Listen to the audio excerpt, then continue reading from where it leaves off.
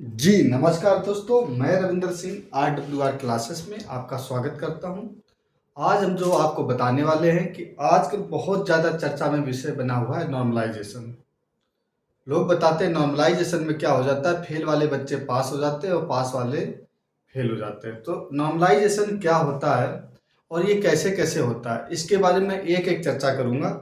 हालाँकि जो मैंने टॉपिक लिख रखा है कि एसएससी जीडी 2024 लिख रखा है, क्योंकि हाल ही में सबसे ज़्यादा ट्रेंड में एग्ज़ाम यही है और इसका कई शिफ्टों में पेपर हुआ है और दूसरा इसका री एग्ज़ाम हुआ है। तो री एग्ज़ाम वालों को फ़ायदा होने वाला है या जो पहले एग्ज़ाम दिया हुआ था मेन एग्ज़ाम में उन्होंने एग्ज़ाम दिया हुआ था एसएससी जीडी की कि उनको फ़ायदा होने वाला है। तो सारी चर्चा हम करने वाले हैं। तो कौन-कौन से मैं पॉइंट ले रहा हूँ, पहले तो मैं आपको समझाऊँगा कि नॉर्मलाइजेशन होता क्या है, क्योंकि कोई प्रक्रिया जाने से पहले आपको ये पता होना चाहिए कि वो चीज़ होती क्या है। तो नॉर्मलाइजेशन क्या होता है और नॉर्मलाइजेशन जो होता है क्यों किया जाता है और कैसे होता है। दूसरी बात क्या कैसे होता है और क्यों किया जाता है, इसके बारे में बताऊँगा। किसको होगा, अब मैं एसएससी जीडी की बात कर रहा हूँ, किसको होने वाला है फ़ायदा? जो पहले एग्ज़ाम दिए थे या जिनका शुरुआती एग्ज़ाम था या लास्ट में एग्ज़ाम था या फर्स्ट शिफ्ट वालों का या जो री एग्ज़ाम हुआ था कि उनको फ़ायदा होने वाला है। क्या होगा उलट-फेर? क्या री एग्ज़ाम में बहुत बड़ा उलट-फेर हो जाता है? बच्चों के कई सवाल रहते हैं, तो सारी चर्चा मैं आपके पास होने वाले भी फेल हो जाते हैं और फेल होने वाले क्या पास हो जाते हैं? ये सारे क्वेश्चन का जवाब मैं इस वीडियो में देने वाला हूँ। तो वीडियो आप लास्ट तक जरूर देखिएगा तो आपको एक फंडा क्लियर हो जाएगा कि नॉर्मलाइजेशन आखिरकार क्यों होता है और कैसे होता है। खासकर एसएससी जीडी वाले बच्चे जरूर इसको ध्यान दें, लाइक और शेयर करना ना भूलें। इस वीडियो को शुरू करने से पहले मैं बता देता हूँ कि इस चैनल पर आपको क्या फ़ायदा होने वाला है। इस चैनल पर आपको ये फ़ायदा होने वाला है कि मैं खुद ही सिलेक्टेड पर्सन हूँ सीएपीएफ में, जिसकी मैं जानकारी दे रहा हूँ। इसी विभाग में मैं खुद सिलेक्टेड हूँ, तो मुझसे बेटर जानकारी शायद कोई दे पाता है या नहीं दे पाता, इसके बारे में तो मैं नहीं कह सकता। तो इस चैनल पर आपको मिलने वाले हैं करंट अफेयर्स के पीडीएफ नोट्स आपको दिए जाते हैं, जो कि कुमार गौरव सर के जो नोट्स होते हैं वो मैं सुबह लिखता हूँ, फिर आपका रिवीजन कराता हूँ इस चैनल पर और अब हैंड रिटन नोट पीडीएफ आपको देता हूँ। और पॉलिटी की क्लास मैंने शुरू कर दी है, पॉलिटी नोट्स भी मैं आपको हैंड रिटन नोट्स और इस चैनल पर पॉलिटी की भी क्लास देता हूँ। इसके साथ साथ मैं नेक्स्ट क्लास इसके बाद हिंदी का दूंगा और मैथ की भी क्लास आपको दूंगा।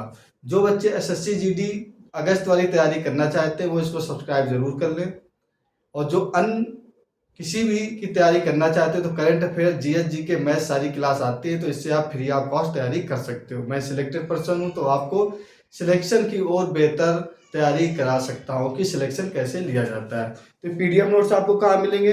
हमारा टेलीग्राम चैनल है RWR क्लासेस, इसी नाम से टेलीग्राम पर जाइएगा और उधर सर्च करिएगा RWR क्लासेस, मेरी फोटो मिलेगी और उसको आप सब्सक्राइब कर लीजिए, वहाँ पर आपको पीडीएफ नोट्स मिलेंगे। इस चैनल को सब्सक्राइब जरूर कर लें, क्योंकि इस चैनल से आप एक नौकरी, एक वर्दी, एक सरकारी नौकरी, माँ बाप का सपना जरूर पूरा कर सकते हो। तो मैं प्रक्रिया आपको समझाने वाला हूँ, जिसके लिए मैंने वीडियो बनाया है कि आखिरकार नॉर्मलाइजेशन क्या होता है और क्यों होता है। आपने सुना होगा कि जब एक से अधिक शिफ्टों में क्या होता है, आपका एग्जाम होता है, नॉर्मलाइजेशन की प्रक्रिया अपनाई जाती है। क्यों? पहले क्या होता था, बच्चे कम होते थे तो एक साथ एग्जाम हो जाते थे, पेपर सभी का सेम होता था। 100 क्वेश्चन है तो 100 बच्चों के क्वेश्चन सेम होते थे। आजकल क्या हो गया है, 4 दिन, 10 दिन, 15 दिन, 1 महीने से, खासकर जो सीबीटी एग्जाम होने वाले वो एक एक महीने तक एग्जाम चलते हैं और एक दिन में 3-3 शिफ्टों में एग्जाम चलने लगे। तो कितने शिफ्टें हो गई भाई? 90 शिफ्ट हो गई, किसी की 30 शिफ्ट हो गई, किसी की 20 शिफ्ट हो जाए, अलग अलग एग्जाम की अलग अलग शिफ्ट हो गई। जैसा कि एसएससी जीडी में आपके 7 फरवरी से जो एग्जाम लिए जाने थे और आपके जो 30 फरवरी से एग्जाम चले थे और 7 मार्च तक एग्जाम चले थे। इसमें क्या हुआ, फिर उसके बाद आपका री एग्जाम हो गया, करीब 18,000 बच्चों का री एग्जाम हुआ और इसका एग्जाम 30 मार्च को कराया गया। अब ये कई शिफ्टों में एग्जाम हो गया, कई दिनों में हो गया, जिसमें नॉर्मलाइजेशन की प्रक्रिया अपनाई जाएगी। कब अपनाई जाती है? जब एग्जाम 2 या 2 से अधिक शिफ्टों में पेपर लिया जाता है तो री और उसमें नॉर्मलाइजेशन की प्रक्रिया अपनाई जाती है। क्यों अपनाई जाती है? अब फंडा ये तो सभी शिफ्टें क्या है, समान नहीं हो सकती। ठीक है, जैसे मान लीजिए कैसे होता है नॉर्मलाइजेशन, पहले मैं इसके बारे में बताता हूँ। क्योंकि सभी शिफ्टें समान नहीं होती, कोई क्या हो जाती है, हालांकि जो भर्ती बोर्ड होता है वो सभी शिफ्टें एक साथ बनाने की कोशिश करता है। तो इसमें क्या हो जाता है, कोई शिफ्ट हार्ड हो जाती है और कोई शिफ्ट नॉर्मल हो जाती है। मान लीजिए 10 दिन पेपर हुआ, 10 शिफ्टों में हुआ, 20 शिफ्टों में हुआ, सुबह शाम, तो ये मॉर्निंग की शिफ्ट हो गई, ये इवनिंग की शिफ्ट हो गई। कितने दिन चला? 10 शिफ्ट इधर हो गई और 10 शिफ्ट इधर हो गई, ठीक है। टोटल 20 शिफ्टों में क्या हो गया, आपका पेपर हो गया। 20 शिफ्टों में पेपर होने के बाद ये मान लीजिए इजी शिफ्ट मानी गई। ऐसे easy tough easy tough tough easy tough easy ऐसे करके आपकी चलती गई कि 20 शिफ्टों में कौन टफ सही रही, कौन हार्ड रही और कौन सी इजी रही। इन दोनों शिफ्टों का जब मर्ज किया जाता है सारी शिफ्टों का, तो देखा जाता है कि कैसे कैसे किसमें बच्चों ने ज़्यादा स्कोर किया, किसमें कम स्कोर। उसको नॉर्मलाइज करने के लिए, बराबर करने के लिए, नंबर बराबर नहीं करने के लिए किसी को नंबर घटा दिए जाते हैं, किसी के नंबर बढ़ा दिए जाते हैं। तो प्रक्रिया ये हो जाती है किसी के नंबर सभी को मैनेज करने के लिए शिफ्ट आपकी बराबर हो जाए और किसी को घाटा ना हो, किसी को नुकसान हो, इसलिए नॉर्मलाइजेशन की प्रक्रिया ऐसे अपनाई जाती है। एक नॉर्मलाइजेशन का मैंने विधिवत वीडियो बनाया हुआ है, एक एक पॉइंट बड़ा वीडियो बनाया हुआ है 27-28 में, उसको जरूर देख लीजिएगा, ठीक है। तो इसलिए नॉर्मलाइजेशन की प्रक्रिया अपनाई जाती है।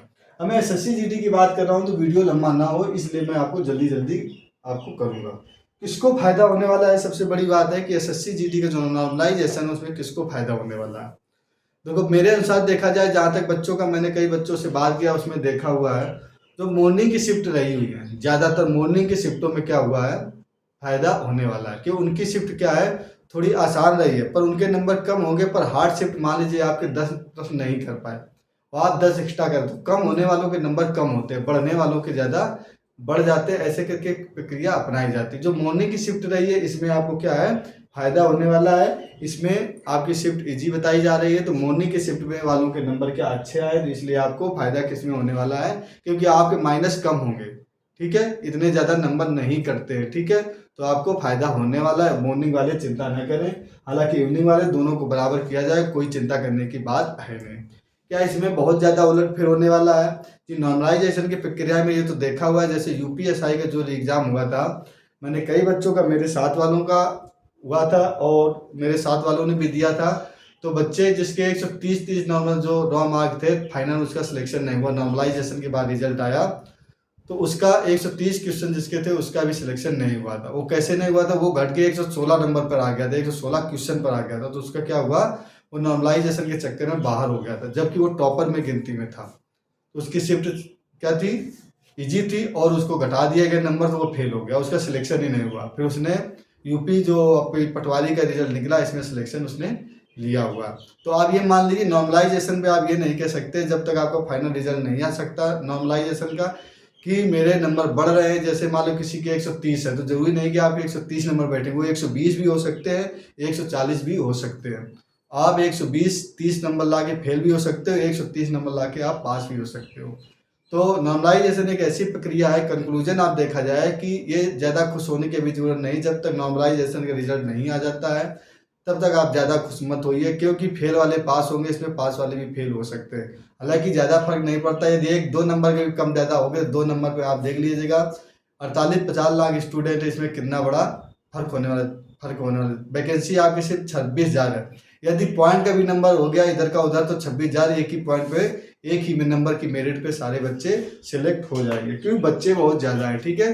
तो नॉर्मलाइजेशन ऐसी एक प्रक्रिया है कि फेल वाले पास हो जाते हैं और इसमें बहुत ज़्यादा उलटफेर हो जाता है।